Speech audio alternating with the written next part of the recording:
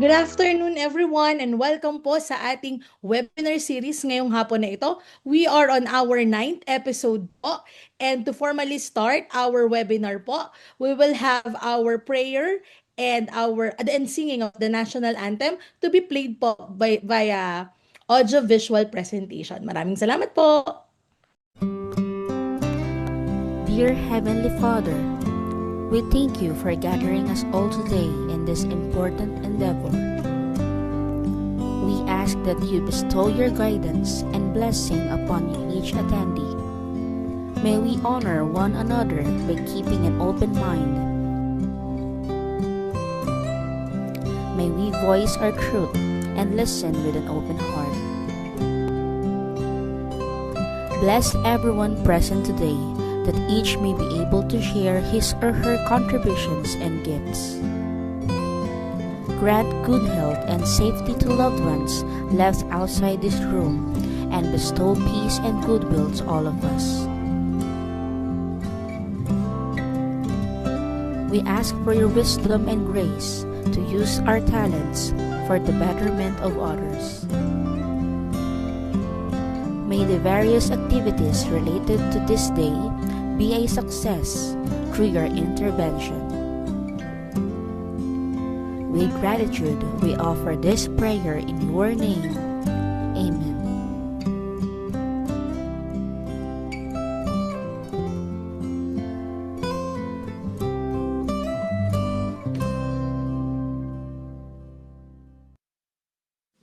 Mga kababayan, ang pambansang awit ng Pilipinas.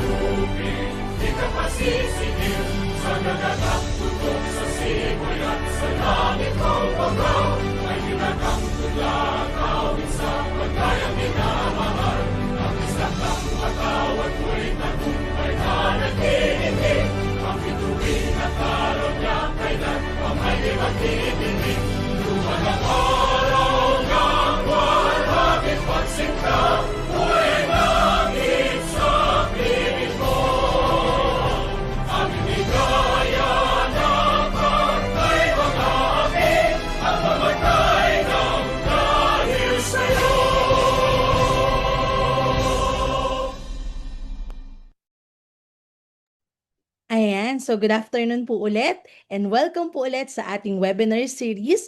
And of course, bago po natin umpisahan ang ating session, we will have our introduction po sa ating mga participants.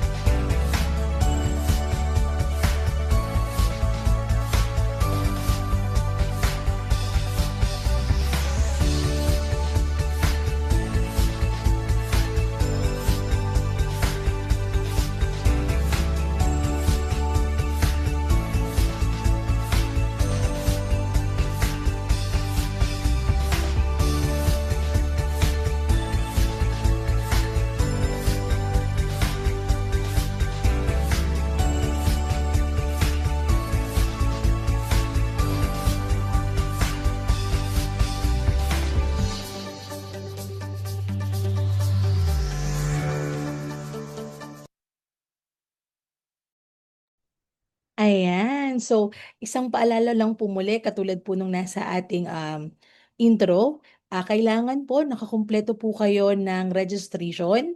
Ah, sa Zoom po kayo umattend ng webinar na ito. And nakapag-evaluate po kayo para po mabigyan kayo ng certificate. Okay po? And for those na nasa FB Live naman po pero registered po kayo, paki-check po ng email nyo kasi nag-send po ako ng Zoom link. Ayan, okay po. Para lahat po ay sure tayo na nandito po tayo sa ating Zoom link. Okay? So, hindi ko na po patatagalin. Ipapakilala ko na rin po sa inyo ang magiging speaker natin for this afternoon. Ready na po ba kayo? Can I see thumbs up? Busy yung mga may mga thumbs up na po akong nakikita. So, ready na po kayo for this afternoon session.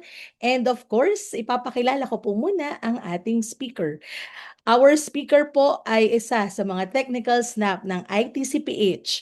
Expertise niya po pagdating sa swine housing, waste management at climate change po.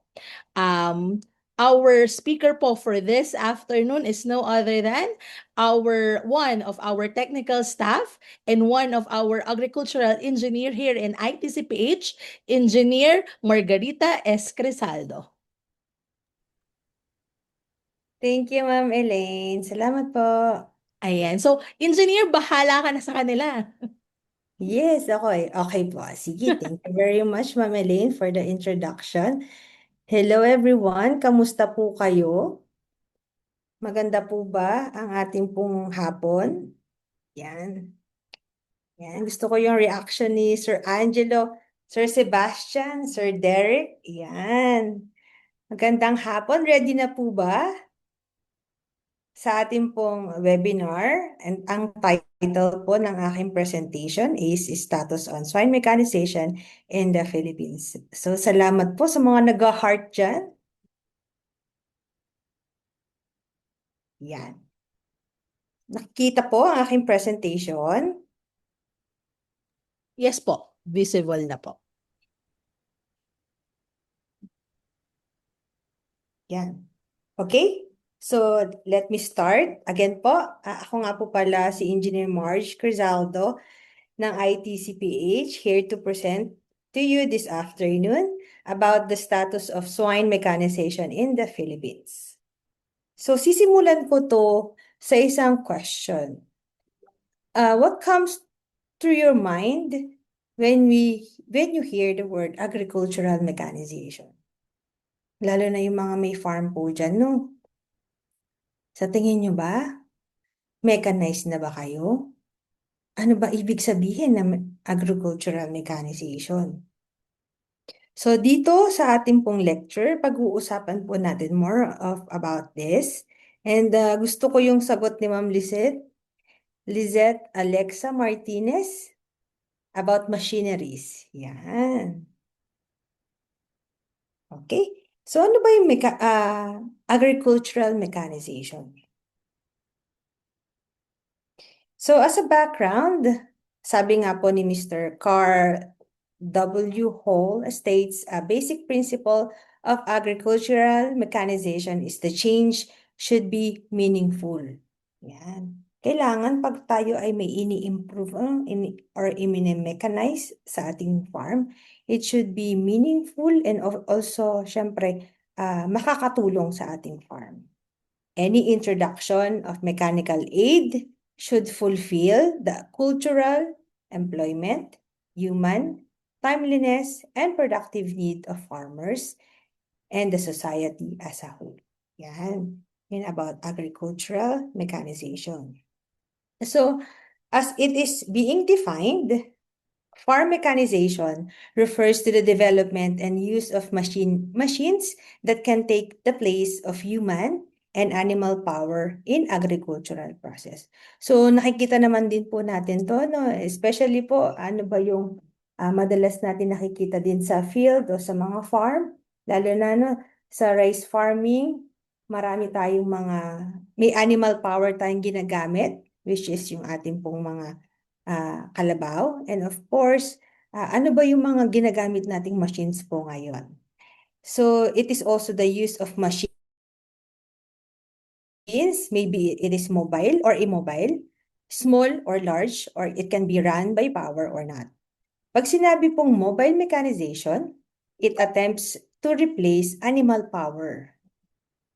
Mobile mechanization. And of course, there is a movement of machine. Yan. And another one is a stationary mechanization.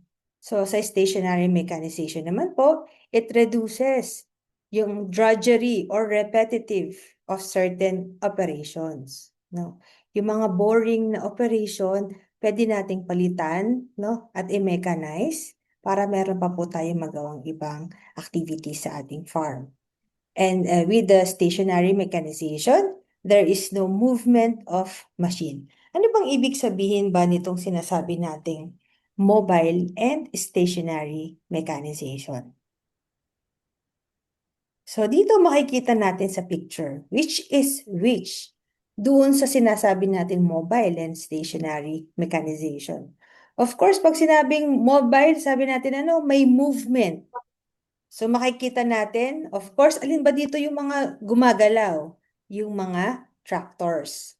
And stationary mechanization, sabi na no, para ma-reduce yung mga repetitive activities natin sa ating farm, pinapalitan natin ng ating pong machines or equipment such as like this pong isa, I don't know if it's clear to you ang image, milking of ating pong cows, activities such as ano po no, watering the plants, and then pag nagsosort po tayo ng ating pong eggs, no, para napapalitan na po itong mga repetitive activities. So, what is that? Ano naman yung mga development po natin dito? Sa ating pong mechanization, there are stages on the introduction of agricultural mechanization po sa atin. Such as, una sa lahat, no, is the primitive stage. Ito yung stage na kung saan manual pa po ang ating pong trabaho. Manual pa po ang ating pong trabaho. So in this stage, agriculture was considered as a main work. Ang ating pong mga laborers are exploited and enslaved. Yan, kung makikita po natin, no, ini-exploit at saka po ni-enslavery po ang ating pong mga workers and mababa po ang ating agricultural production. Kasi nga po, sabi natin, kasi manual po yung ating pong work sa ating pong farm. Another stage is the semi-primitive stage. Yan. In which gumagamit na po tayo ng ating pong animals para po sa ating agricultural work. So, animals are used for pulling tools or designed for agricultural operations. Such as ito po, no? Sa tingin ko, meron at meron pa rin po tayong mga activities, no? Na gumagamit pa rin po tayo ng, ito, kagaya po nito nasa image na kalabaw, in plowing or yung ating pong land preparation sa ating pong mga croplands. And with this, no, compared naman po sa sabi natin kanina, dito sa semi-primitive stage, nag-increase na po yung ating po farmer's income. So dito, may benefits po tayo. Mas easier po ang field operation kaysa po yung manual po natin, ano, with the use of our hands. It also saves time and labor and, of course, higher productivity than yung ating pong primitive stage. Next naman po is itong stage na to yung mechanical agricultural or mechanical work stage or yung sinasabi natin civilized stage. Yan. So, mas marami na po tayo nakikita at na-observe na ganitong mga machineries, no, sa ating pong kapaligiran. It uses modern technologies in agricultural production. Agriculture as respectable profession, hindi kagaya ng impression po, no, ng ating pong, ng dating impression pag sinabing farming, ay mababang-mababa ang pagtingin sa atin. With this po, at least nagbo-boost po yung ating pong moral dito po sa ating pong agricultural activities. And it also has no exploitation or slavery. Hindi na po kasi tayo masyadong gumagamit ng human labor. So dito, nababawasan na po ang paggamit ng human labor. So gumagamit dito ng modern machinery which are higher efficiency and productivity. Gumagamit ng smart technology which are data-driven. It has also sustainable practices that protects the environment and ang ating mga resources, and nagiging respectable yung profession po sa agriculture. Tumataas po ang dignity, pride, and nagiging fair sa ating pong work. So tingnan naman po natin about the evolution of agriculture and livestock mechanization. Sabi nga po, nung past, which are primitive pa po tayo, more on manual labor po, manual work. Pagdating po, sumunod is yung ating semi-primitive stage. Ito na yung transition from manual work, manual labor, na gumagamit na po tayo ng animals. And then, third is the mechanical stage, or gumagamit na tayo ng mechanical work. Gumagamit na tayo dito ng mga machinery and power equipment. Mas mataas ang efficiency and productivity, no? And of course, tumataas po ang ating profitability. And lastly, sa tingin ko papunta na rin tayo sa smart or digital stage of mechanization. Gumagamit na tayo ng mga drones, meron na tayong automation, gumagamit na tayo ng internet, computers in the operation ng ating pong farm. So, ito yung sinasabi nating future natin po, when it comes po sa agriculture and livestock mechanization. So, sa global history naman ng mechanization, in 1940s, nag-introduce po ng tax incentive, wherein special tax incentive were given to imported agricultural machines. Mechanization was heavily biased to large-scale farming. Yan. And then, nag-introduce na rin po at nagbigay na rin ng loans, sa ating pong mga farmers, ng ating pong mga producers. Wherein encouraged the acquisition of mga tractors and mga small power tillers. And lastly, is the green evolution. Sa green evolution naman, they saw the growth of local agricultural machinery, manufacturing industry. So, nagkakaroon na po tayo ng mga local manufacturers po ng mga equipment na ginagamit po natin sa agricultural activities. And there is also a shift of model of mechanization from large to small scale. Ibig sabihin lang po nito, yung mga ginagamit na traktor noon, pang large scale, pang hektarya, but now, nagki-create na rin o nagpa-fabricate na rin po ang ating pong manufacturers ng mga small version po ng ating pong mga machineries. Ang mechanization trend naman natin, example, kasi love na love po natin ang ating pong rice, ang bigas. So makikita naman po natin dito yung transition po ng mechanization sa rice industry. From animal drone po yung ating pong land prep, manual transplanting. Sa animal drone, yun yung traditional. Ngayon, gumagamit na po tayo ng mga tractor with rotavator. And then, sa ating pong transplanting, sa rice farming, dati manual ang ginagamit natin. Ngayon, may makikita na rin po tayo sa field, which uses yung ating pong mga rice transplanters. And then, for crop management, gumagamit dati ang traditional with manual weeding and spraying. Ngayon, mas high-tech na tayo. Meron na tayong drone spraying and precision management. And then dati, ang traditional is yung manual harvesting. Ngayon, marami na rin po ako nakikita sa field natin, gumagamit ng combined harvester. And of course, sa post-harvest activities, yung ating pong manual threshing and winnowing. Ngayon, gumagamit na po tayo ng mga machines like mechanical threshing, drying, and milling. Pero sa future, no? Future trend nito ng mechanization, lalo na po dito sa rice industry, no? Makakagamit na tayo na i-introduce na tong use of satellite and use of AI for monitoring, no?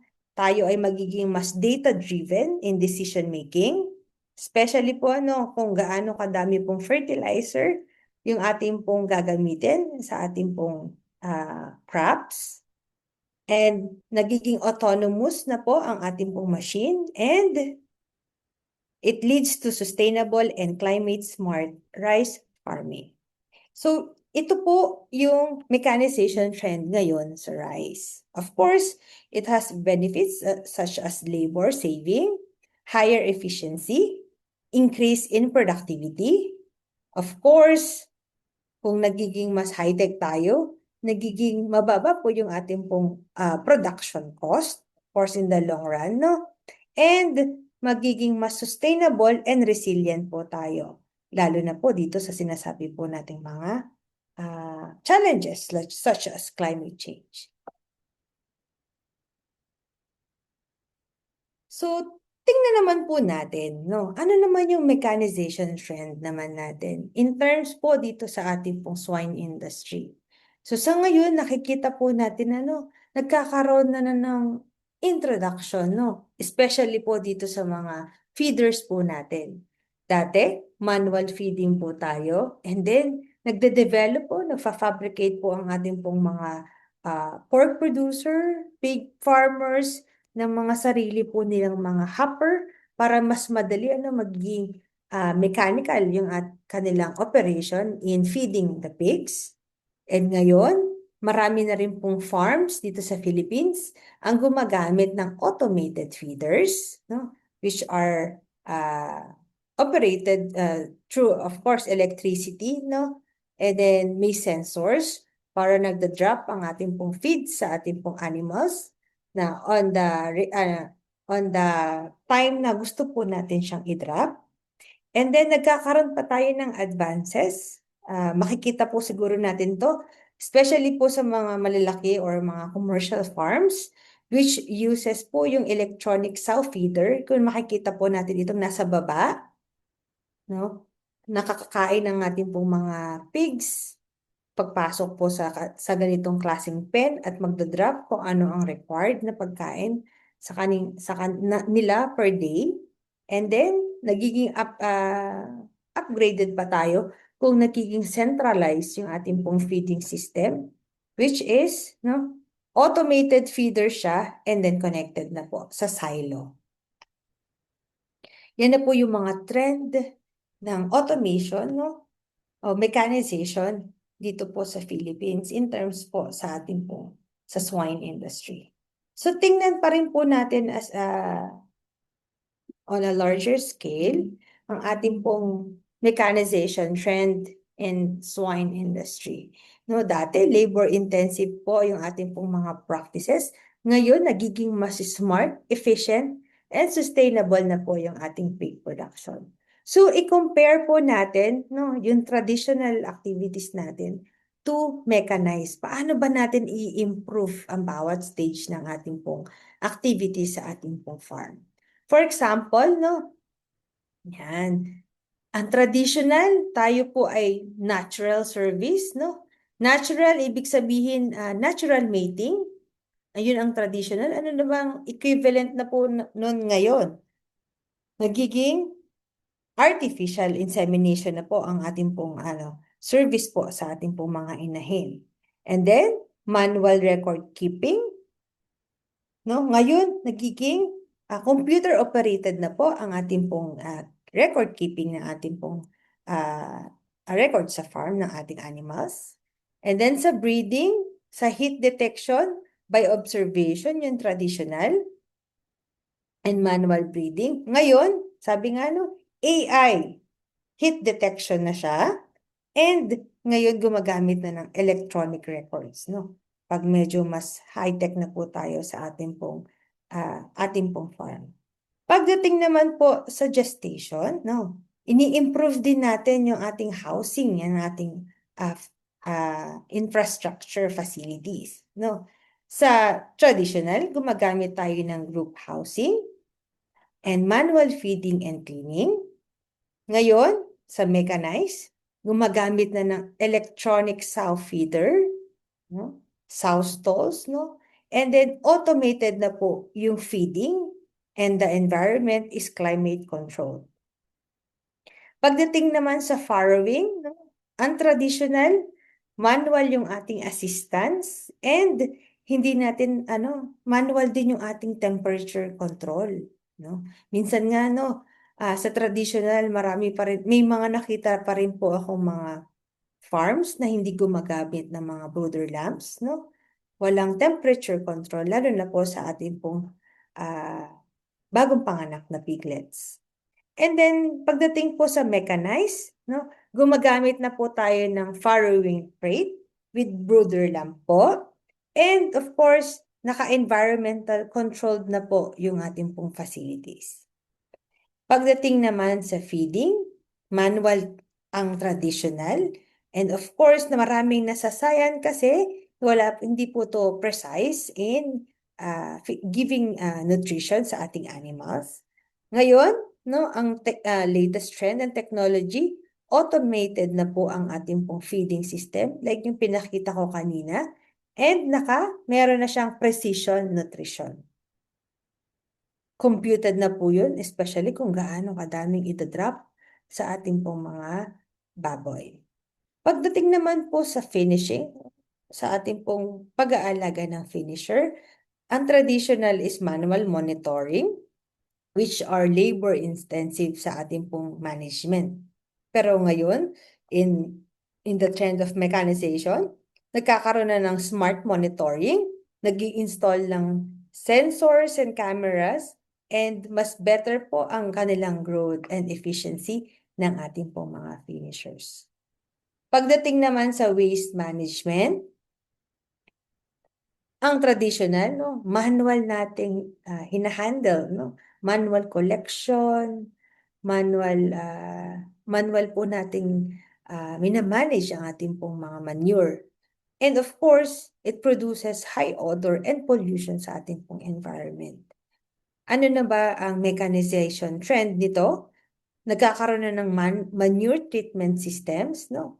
Or nag-i-install na po sa ating pong mga farm ng biogas facilities and fertilizer recovery facilities, no? Kasi sabi nga natin, especially ini-introduce ng ITCPH or binibigyan po ng emphasize and ini-encourage ang ating pong mga farmers na ang manure, no, ng ating pong baboy can be also used as fertilizer. And nakikita po natin ang future nitong ating pong mechanization sa ating pong swine industry. Mas magiging smart monitoring and gumagamit na ng artificial intelligence sa analytics. Mas may automation, no? And introduction po nung gagamit na ng robotics, mas data-driven ang ating pong decision-making, no? Whether ikakal or i-retain ang ating animals or kung ano man po ang decision-making sa ating pong farm, and mas nagiging sustainable and low emission po, lalo na po, no? Ito pong ating farm ay napoproduce ng different kind of gases, no? Na pwede nating iwasan at ilimit sa pag-spread po sa ating environment. So again, ang benefits po ng mechanization nito sa swine industry, higher productivity, lower ang ating pong labor cost, better animal welfare, improved biosecurity and food safety, and of course, meron po tayong environmental sustainability. So tingnan naman po natin yung levels ng agricultural mechanization in the Philippines, no? So, ito pinapakita lang po kung nasaan na ba tayo, no? Pag sinabing manual, power, ang ating pong farm operations are performed entirely by human labor using simple hand tools. So, ito po yung example na hand tools, no? Sa ating pong farm, paggamit, no? Sa ating pong piggery farm, gumagamit tayo ng shovel, ng walis tambo, yan, ng power sprayer, or minsan nga, no, walang power sprayer, yung hose na lang, yung tubig, pinatutulak dun sa waste ng ating pong baboy towards the drainage po, no? And next, level is animal power. Animal provide the power for pulling farm implements and transporting goods. No? Sabi nga, no, paggamit ng karabaw, yan, paggamit ng cart, yan. Next is mechanical power. Machines powered by engines are used to perform farm operation. So paggamit ng four-wheel tractor, hand tractor, yan, combined harvester, and the next level is electrified mechanization. So ito ay yung paggamit ng equipment and systems are powered by electricity to improve efficiency and productivity. Yan, paggamit na ng ating pong electric water pumps, yung ating pong mga ventilation system, yan, automated feeders, yan po ang ating pong electrified mechanization. And lastly is the precision or smart mechanization. So ito yung advanced technologies are integrated into farming for accurate efficiency and data-driven operation. So yung gumagamit na ng drones, sensors, climate-controlled houses, yan. Yan po yung sinasabi nating precision or smart mechanization. So, pakita ko lang po, ano ba yung mga levels na yun na nabanggit ko kanina. Like for this example, yan. Ito ay paggamit ng manual at napaka-basic lang po ng ating pong farming. Nagbigay ng pabahay, naglagay ng fencing, and then naandun, no?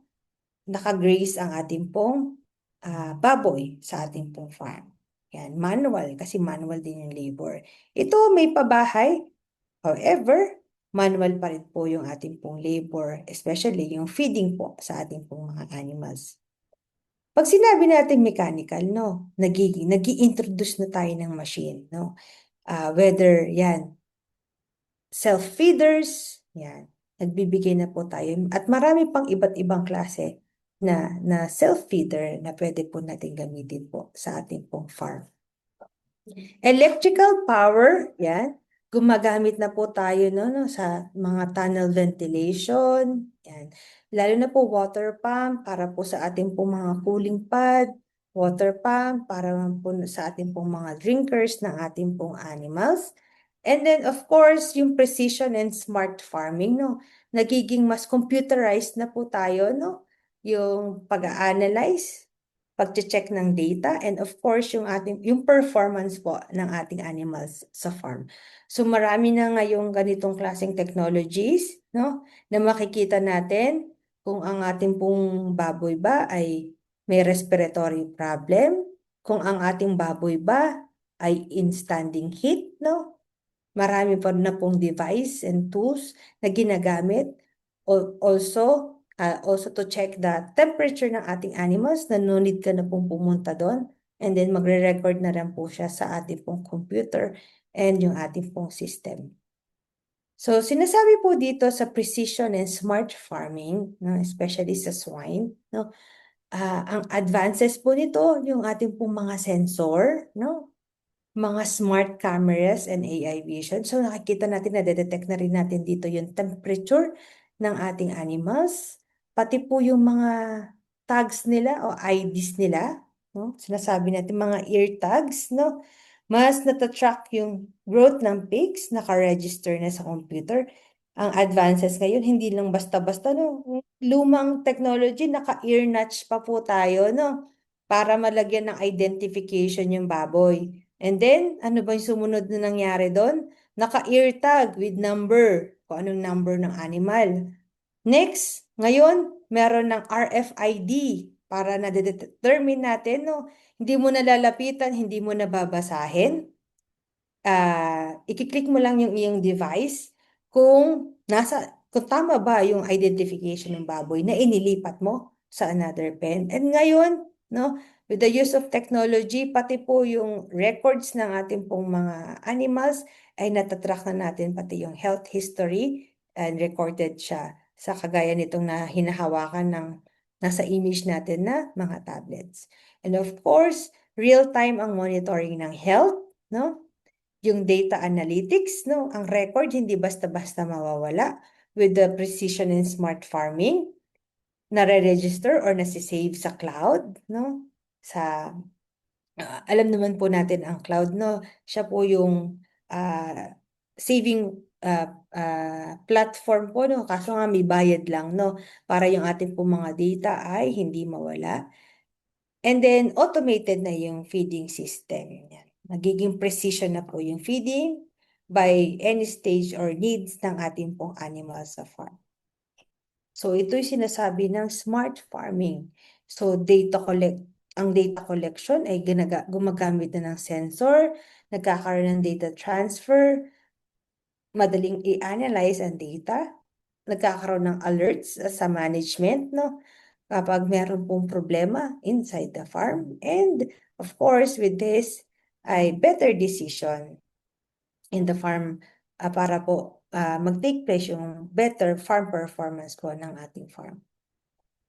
So, ngayon, tignan natin, what level are we in na po ngayon? No? So, ang key point nito in the Philippines, the transfer of agricultural mechanization and technology has been very slow process. Slow, pero at least, no, umuusad na tayo at nagkakaroon na po tayo ng mas marami ng development, no? Kagaya natin, hindi pala tayo, developing country tayo. Pero in underdeveloped countries, the yield or harvest is low, lack of farm machines and technology for its operation, and low provision of loans to farmers. So tayo nasa developing country naman po, ang Philippines. So makikita lang po natin dito, ano ba yung level ng agriculture mechanization po? Across countries, no? Tingnan natin nasaan na ba ang Philippines, no? So countries can generally group according to their level of agricultural mechanization and technology adoption. So sa low mechanization level, sabi na natin na manual labor, limited use of machinery, smallhold farming dominates, no? Mas marami yung smallhold farmers, no? Which is also in the Philippines then, mas 70% of our hog population comes from our smallhold farmers. So example ng countries with low mechanization are Nepal, Cambodia, Ethiopia, and Myanmar. Pagdating naman po sa intermediate, no, medyo nagle-level up, no? Nagkakaroon na po ng manual, animal, and machine power. Nag-i-increase na po ang use ng tractors and farm equipment. Dito na sa intermediate mechanization, nabibilong ang Philippines, no? Tayo kasama, Philippines, Vietnam, India, and Indonesia. Pagdating naman po sa high mechanization, no? Sabi no, extensive use of tractors, harvester, irrigation systems, and livestock equipment. So pagdating dito sa high mechanization, nandito ang countries such as Thailand, China, Brazil, and Argentina. Pero pagdating po sa mga advanced and smart mechanization, no, gumagamit ng mga precision agriculture, automation, robotics, artificial intelligence, no, mga data-driven farming system. Ang countries na gumagamit na o nasa level na ito is United States, Netherlands, Japan, Australia, and Germany. So, check naman po natin comparison ng mechanization levels, no? Sabi nga po natin dito, no? Advanced na po ang ibang countries, ang Philippines, ay naandun pa rin po sa intermediate. Pero ang Vietnam, no, from ano na siya, nasa mid na siya ng intermediate to high, no? At ang China is nasa level na po ng high to advanced, no? Pero nasa advanced level pa rin po ang countries such as United States, Netherlands, Japan, and Australia. So tingnan naman po natin what are the advantages and disadvantages of farm mechanization. So as an advantage ng ating farm mechanization, of course, it improves productivity, it saves time and labor, it increases farmers' income, reduces drudgery o yung mga repetitive works, and promotes sustainable and modern agriculture. So yan ang advantages ng agricultural mechanization. And what are the disadvantages of this mechanization? Of course, dahil tayo ay bumili ng equipment, we need po high initial investment. And then with this equipment, kailangan natin, nag-i-increase ang ating operation cost kasi kailangan natin ng fuel, electricity, spare parts, and kung ano pa yung kailangan natin. Umandar lang po yung ating pong mga machinery. And then maintenance and repair requirement, of course, no. Ito, mini-maintain po natin dapat. This disadvantage, reduction in employment opportunities. Disadvantage also is the dependence on fuel and power sources. No? Pag nawalan ng kuryente, nagka-problema sa ating pong fuel source, no? Yan, nagkakaroon po ng effect po sa ating pong operation. And dito naman po sa ating pong mga crop production, nagkakaroon ng risk of soil compaction. Mechanization requires technical skills at hindi lahat ng equipment ay suitable sa lahat ng klaseng farm. Nagkakaroon ng environmental concerns. Siyempre, gumagamit ng fuel, nagkakaroon ng carbon footprints and other gases. And then safety hazards and other consideration, such as over-mechanization may lead to soil degradation and loss of traditional farming knowledge, and may also increase inequality between large and small farmers. Yan. So, sabi nga dito, balance is key. Yan. Choosing the right machinery, using it properly, and considering farm size, resources, and environmental impact can help maximize benefits and minimize disadvantages. So, these are the advantages and disadvantages of mechanization. How about naman advantages nito sa ating pong livestock and swine production? So, it has faster feeding and watering of animals, no? Napapakain, lalo na po itong pinapakita sa picture, no? Anytime nakakain, mas mabilis ang growth ng ating animals. Improved animal comfort through ventilation and cooling system. Better waste management and sanitation, no? Kasi mini-mechanize po natin yung ating farm. Enhance biosecurity and disease prevention, improve monitoring of animal performance and farm operation, and reduce labor costs and increase profitability. So overall, ang benefit po nito ay by adopting modern technologies and best practices, livestock and swine farmers can build a more suitable, efficient, and profitable operation. Yan. Ano naman yung disadvantages naman nito sa ating pong swine production? Of course, dahil bibili tayo ng equipment, high cost of automated feeding, ventilation, and waste management systems. Again, dependence natin sa electricity and equipment functionality. Nagkaroon kami ng experience din po, no, sa aming pong ventilation system. nitong last week, I guess Thursday po siya, no, kumidlat ng pagkalakas-lakas, umulan ng malakas dito sa Lipa. Nagka-problem din po yung aming pong fan system, no, doon sa aming pong automated, yung aming pong tunnel vent na system sa loob ng farm. And then, additional cost for maintenance and replacement of parts, no? Of course, no, sa ating farm, hindi din po biro yung cost ng ating pong maintenance. Pero mas maganda yung regular yung ating maintenance or regular yung ating checking para hindi na po lalala masyado yung ating pong mga parts na nade-degrade or nasisira agad. And then potential disruption of farm operation when equipment fails, no? So of course, pag nasira, like pag nasira ang mga fans, no, at kailangan mo talagang buksan, no. Nagkakaroon ng problema sa technical performance po ng ating po mga animals. So important, while technology improves productivity, these challenges should be carefully managed to minimize risk and ensure long-term success. Sabi nga no, pag nag-i-invest po tayo sa ganitong mga bagay, kailangan pag-aralan din po natin ano ba yung proper maintenance.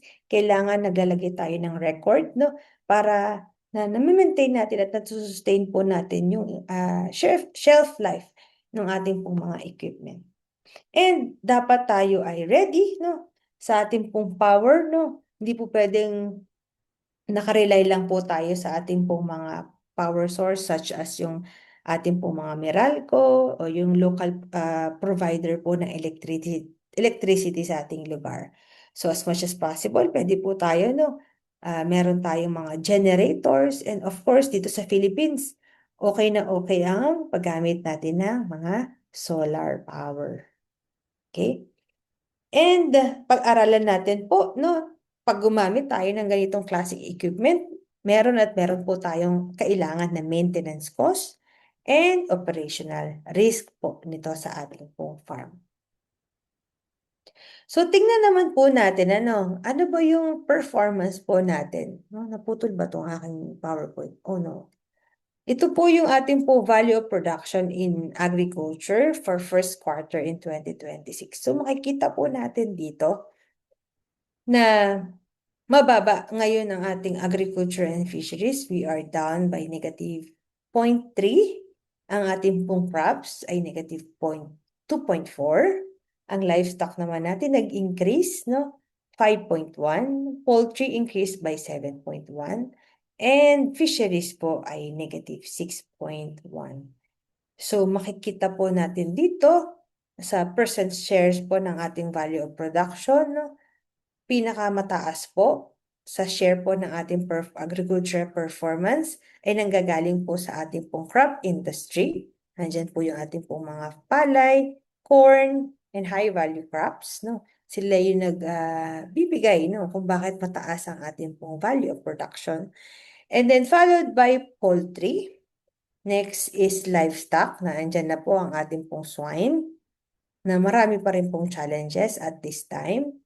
And of course, yung ating pong fishery, which is 12% ang share niya sa value of production natin. So makikita din po natin doon. Actually ngayon, nasa 70% pa rin po ang ating pong hog population na nanggagaling po sa ating pong mga smallhold farmers, and about 3% ay nanggagaling sa ating mga semi-commercial and commercial farms, no? So yun yung dapat natin pong tulungan, no? Ma-develop ang kanilang pong farming system para po mag-increase din yung productivity ng kanilang pong farm. So sa machinery industry, ano ba yung mga government support and programs po natin? Pagdating po sa mechanization.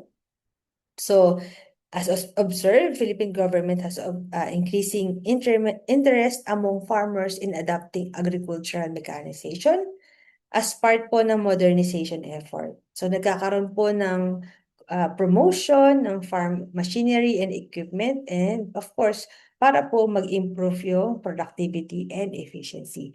So ano ba yung mga government support and programs para po dito? Yun nga, nagbibigay ng mga farm equipment para sa farm mechanization programs, and then financial assistance and subsidies. And of course, nagpo-provide po ang government ng training and capacity building. So, many farmers recognize that investment in farm mechanization can be recovered through increased productivity. No, kailangan talaga pag tayo po ay magme-mechanize, pinag-aaralan po no para tayo ay makaka-recover no. And then it will also help in your productivity, nababawasan ang labor, nag-i-improve ang efficiency, and nag-i-increase po ang ating pong income. And then in the swine industry, mechanization is more commonly adopted by commercial farms. No? Mas kinakaya po nila ang pagbili ng mga equipment and machine. No? At marami pong mga smallhold raisers have limited mechanization due to high cost of equipment, yung ating pong production, small-scale production, at limited financial resources. So, and backyard operation often rely on manual labor and, of course, simple technology. So, dapat ito po yung yung mga sinusuportahan talaga ng ating pong mga government intervention, ang ating pong mga backyard or smallhold raiser. So, yan po. And then, of course, alam naman po natin pag tayo yung mga yung ating pong mga smallhold raiser, syempre, of course, dahil limited po ang ating pong financial capacity, ay pinipili natin kung saan part po tayo magme-mechanize o anong part ang ating pong i-improve sa ating pong operation. So ano ba naman yung government intervention in agricultural mechanization? Makikita po natin dito yung provision of farm machinery. Yan. Nagbibigay po ang ating pong mga offices sa DA, which is mga DA Regional Field Offices, yan. PhilMec, yun po yung mga nakikita ko. And then of course, pag sa swine ay meron po kami na mga projects and mga extension projects na pinamimigay po sa ating pong mga producers. And then of course, training program, ITCPH and ang ating pong Agricultural Training Institute, yung ating pong mga regional training centers ay tuloy-tuloy na nagka-capacitate po ng ating pong mga producers, whether yun is a crop or livestock or poultry producers, tuloy-tuloy pa rin po yung training program. Meron din po mga research and development, finance through Bureau of Agricultural Research, yung ating pong research and development. And then financing assistance, meron pong pinoprovide, ang land bank. And of course, shared facilities, marami rin po mga ini-establish po ng mga facilities para nga po dito sa ating pong mechanization. And of course, promotion of modern and smart farming technologies. Yan. Marami din pong may mga proyekto rin po at programa ang Department of Agriculture in terms po ng promotion ng modern technologies. And masasabi ko lang din po, in terms po sa swine, if you are familiar, marami pong mga nai-establish na yung sabi nating inspire projects, yung ating 30 sow level, farrow to winner production, yun, kung nakikita nyo po yun, nationwide, in-implement siya, which are climate-controlled facilities, Siya ay buong facility and then tunnel ventilated na. Naka-aircon na po ang ating pong units. Also, yung mga naka-tunnel vent na bigay na rin ng government programs and project ay yung ating pong swine artificial insemination sa barangay projects. Kung na familiar kayo, yung SWAIB, no? And then meron din po yung mga iba-iba siya 300 capacity finisher, 240 capacity finisher, yung community-based swine production, no, na pinamigay din po nationwide, magkatulong dyan ang DA, regional field offices, and of course ATI. And then, ngayon, ang alam ko, may mga projects o proyekto rin po. Pero for the mechanization part, ay nasa Inspire po sa tingin ko, na masasabi ko na more on mechanization po kasi lahat ng iyon ay tunnel ventilated yung system. So, yan. So, with this, maraming salamat po. And I hope meron po tayong nakuha dito sa aking presentation, no? And thank you very much, Ma'am Elaine. Thank you, Engineer. Ayan, so ang dami po nating information, no? So meron po ba tayong tanong? You can utilize our chat box and also for those po na nasa, tinitingnan ko lang yung Facebook Live natin. Ayan, so mga nasa Facebook Live, pwede rin po kayong mag-message dun sa, mag-comment dun po sa ating live para po naman sa inyong mga questions. So ayan, anyone po, ayan. Saan kaya daw po pwedeng makabili ng agri-drone from Agreed. Sukhoi? Ano po? Saan Drone. kaya daw po pwede makabili ng agricultural drone? Tama, agricultural drone yun, no? Oo. Agri-drone. Usually, Ma'am Elaine, ginagamit kasi yan sa mga banana plantation, lahat ng plantation, rice plantation.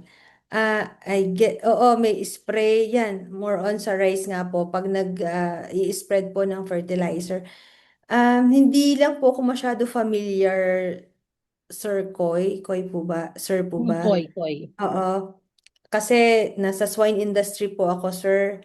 Yung drone po siguro i-search na lang din po natin, sir. Meron po mga local po na nagbebenta naman po ng mga ganitong klase.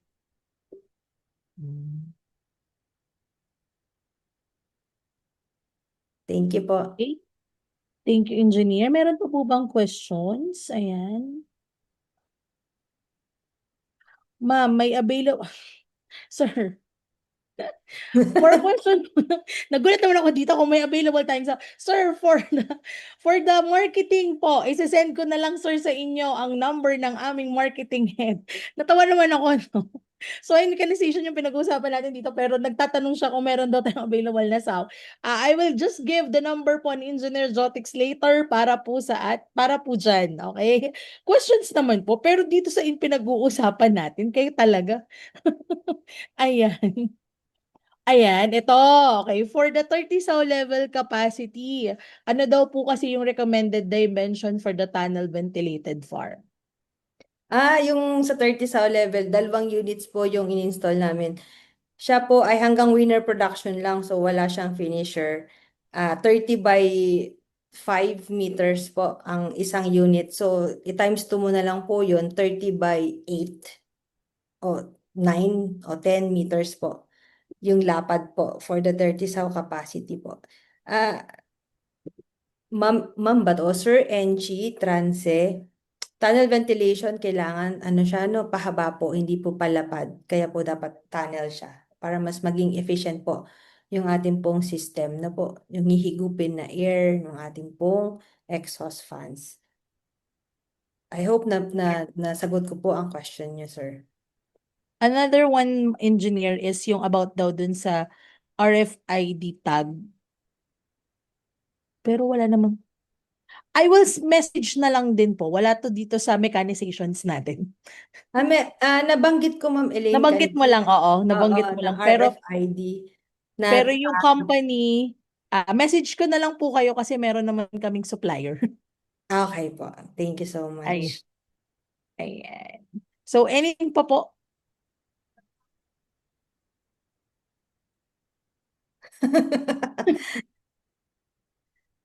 Wala Sir rin po Koy, kami kayang isagot dyan Sir sa Koy, kung parang hindi ko paano. kayang palitan yung mga ahente ng AI. Mahirap po. Anong gusto nyong gawin nating system? Parang ano na? Cellphone na lang, ano, AI na lang, wala na yung ano, middleman. Hirap. Wala po eh. Ma'am, request, sige po, pwede naman Okay po po, ma'am. namin ibigay yung ano ni engineer, yung presentation niya. Ayan. Any more questions po? Teka, tingnan ko lang din po yung aming FB. Baka po meron na sa live na nagtatanong. Yan. So, you can utilize naman po. Write a comment na rin lang po in our FB. Um, Engineer, medyo ano na to, pero meron ka ba daw PowerPoint na design for the tunnel bend? PowerPoint na design for the tunnel ventilation. Actually po, wala po kaming ganong presentation. If you want po to be, ano po ba, kayo po ba mismo ang magkakabit ng tunnel ventilation sa inyo pong system? I guess kailangan nyo po kasing computein po yung volume ng inyo pong facility. And then kung tama po ba, at mag-seek na lang po tayo ng technical expertise with regards to that po. Bilang tulong sa sagot, engineer, pwede naman silang mag-message dito for technical assistance via email Ah, po namin. Yan. Kasi mahaba-habang usapan po yung ano, design ng tunnel vent. Baka po tapos na po yung oras ni engineer. Hindi pa po, hindi pa po tayo tapos. Ayan. So, yun po. Ayan. Opo, may message na lang din po. You can use our email na itcphrecords@atiitcph po para kayo, atiitcph.com po para makapag-message. Ayan. Either si engineer po ang magsasagot sa inyo, depende po sa kung saan nino ibababa yung ano, request. Pero gano'n naman po siya. Ayan. Yung mga tanong talaga nila hindi kasali sa oh, when yung next mag-message na lang din po kayo sa amin pong email for this. Ayan. ah. At ito pong isang question ay pang-health po. Pares po kaming hindi doktor ni Engineer Marge. Baka po magkamali kami ng sagot. Swine flu engineer ang sunod na tanong eh. Ano po, question lang po regarding din lang din po sa ating napag-diskusyonan. Kung meron po kayong gustong ma-expound pa ni engineer from her very detailed discussion na. Ayan. Ma'am Elaine, i-clear ko lang, Sir Angelo, ang swine flu po ba na sinasabi nyo is ASF? Yun po ba? Swine flu. Absolute solution po ng swine flu. Siguro mga susunod na mga webinar natin, Ma'am Elaine, no? Actually, para natakal na rin to sa mga previous natin na mga webinars about, ano po, ano, dito sa, lalo na yung vaccine, ano, If I'm updates. not mistaken, nung mga panahong pandemic pa yun, kasagsagan talaga ng ASF engineer, ay may mga webinars na po tayo regarding this. You can check always our YouTube channel kasi nilalagay din po namin to. And you can also check our backread lang kayo ng konti sa mga live namin kasi nandun po siya. Ayan. Pero ito, may tanong na dito. Paano from Ma'am Ivy Auxilio?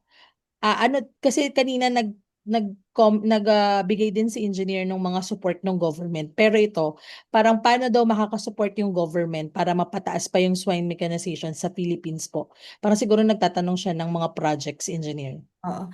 Actually po, Ma'am Ivy, meron tayong sinasabi, no, meron tayong AFMA, no, yung nagsasabi na act na nagsasabi ng mechanization and modernization po natin dito sa Philippines. Ang siguro lang din po kapag may mga stakeholders consultation, para po may include din po ng Department of Agriculture, ano ba yung mga magaganda pang proyekto na dapat ibigay po in terms po sa mechanization sa farms. Yun po yung ano natin, isabihin natin. Kasi ito na po yun eh, yung nasabi ko na kanina, ano pa para makasupport itong mga equipment and machines po ang pwedeng ibigay ng government. At nasimulan na po siya ng Inspire, naging climate control, no, ginawang aircon yung facility. And actually yung mga feeders po noon, self-feeder na, no. Hindi lang po siya parang natapos na po siya, no, ng 2024. Hoping na magkaroon pa rin po ng mga ganitong klaseng proyekto. Kasi iba na po yung inilalatag ngayon ng central office po ng Department of Agriculture in terms of mechanization sa swine. Sana nga po masuportahan pa po tayo, no, at makapagbigay pa rin po. Pero sabi ko nga, Ma'am Elaine, marami pong mga projects and activities na ang binibigay po ng ITCPH, no, para mapataas po yung mechanization po ng inyo pong mga farms. Ang kailangan nyo lang po ay mag-subscribe, follow, and share, and like also yung aming pong page kasi doon po kami nag-a-announce kapag naghahanap po kami ng mga recipient po ng mga projects po na amin pong ibinibigay, mga extension projects. Ayun, Ma'am Elaine. Marami pong hawak na project si Engineer Marge. Antayin nyo lang po na maipost niya. Opo. Ayan, Yes. sa aming page. Yeah, para po din sa for ano na rin to no, upgrading na engineer no, lalo na yung Yes. ating mga lalo na sa biosecurity no. Yes. Yes. Opo. Abang Ayan, lang po sila. ayun po. So nasagot Ma'am Ivy yung questions nyo po. Ayan. Feed meal daw, Ma'am Elaine. Uh, Message na lang ulit namin kayo, ma'am. Meron naman po akong pangalan nyo dun sa registration for this. Pang ano po ito pang training concern. Pero meron dito engineer na nag inquire for biogas installation. Kasama na rin naman ba siya sa mechanizations natin? Ah, Ma'am Elaine, sagutin ko lang yung tanong ni Ma'am Sir Bato Magro Esperanza. Yung Sige sa po. feed meal, ano po, I hope po, sir, before po kayo mag-set up ng isang feed meal, mag-undergo po muna kayo ng training namin dito sa ITCPH. Na po, meron kaming program na about feed milling kasi mahirap po mag-set up kung yung mismong operation po ay hindi pa po natin alam. Okay? Hindi kasi ito Ay, kasi hinihingi niya talaga is agad is ano model. Pero model. bukod po kasi sa model as naging ano po, as naging PO din or project officer ng FeedMill, medyo mahaba-haba pong usapan. Hindi lang siya basta model. Yun. Mm-mm.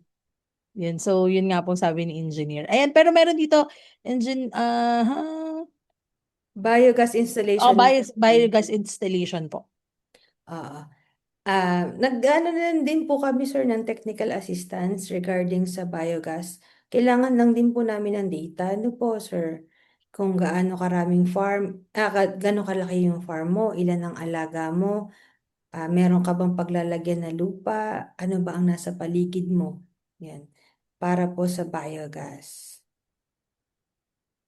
Ayun. So, for that, katulad po nung sinagot kanina, email lang din engineer, no? Para po mag mabigay po namin dun sa tamang mga expert po namin, sa mga aming agricultural engineers po dito, kung sino po ang sasagot sa inyong inquiry. Yan. Kapag po mga ganong design, installation na, and mahirap sagutin sa mahaba-habang usapan, engineer, no? Opo. Hindi po kaya ng 2 sentences yung sagot po dito sa ano po, sa mga question po na ganitong klase. Opo. Ayan. So, meron pa po ba? Kasi kung wala na pong question, nakapost na din po kasi sa ating meeting chat yung ating evaluation link. So, calling once, calling twice, bago po tayo magpasalamat at magsabi ng magpaalam. Ayan. So, wala na po ba? So, with that, Engineer March, maraming maraming salamat sa iyong oras para sa ating webinar series ngayong hapong ito. Ayan. Hanggang sa uulitin, ayan. Of course, and yun po, kagaya nga po ng sabi ko, evaluation link po is naririto na sa ating meeting chat po. So, pasuyo po ako, makikisagutan po para po mabigyan po namin kayo ng certificate. Again, Engineer March, maraming salamat. Thank you po. Maraming salamat po sa inyong lahat. Ayan. Ito, meron bang agri-machine mechanics training po? Incorporated po kasi siya sa aming mga swine ano po, CPH tsaka yung mga husbandry courses po. Nakapasok po siya yung aming mga ganyang ano kasi ina-update na po ng aming mga speakers yung kanila pong mga lectures. Ayan. So nakapaloob po doon sa aming mga husbandry courses. Ayan. Okay po, so pakisagutan lang po itong ating evaluation. Make sure lang po na naka-register po kayo. Dito po kayo sa Zoom umattend at kayo po ay nakapag-evaluate para po mabigyan kayo ng certificates. All certificates po, except po yung nakaraan ay naipamigay na namin. Ayan, so pahintay lang po for verification kasi namin 5 to 7 days po para po mabigay namin yung inyong certificate. Okay po? So again, sa mga atin pong mga suki na simula noong um, day 1 or sa episode 1 hanggang ngayon po na tayo ay nasa episode 9 na. Maraming salamat po sa patuloy na pagtangkilik nyo sa ating webinar series. At sana po makita ko po ulit kayo para po sa ating episode 10 on June 16. Ayan. So yun po, maraming salamat po. Pakisagutan lang po yung ating evaluation link.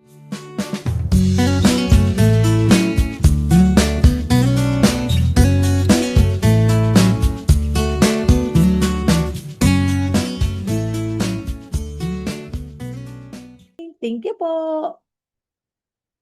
Bye-bye.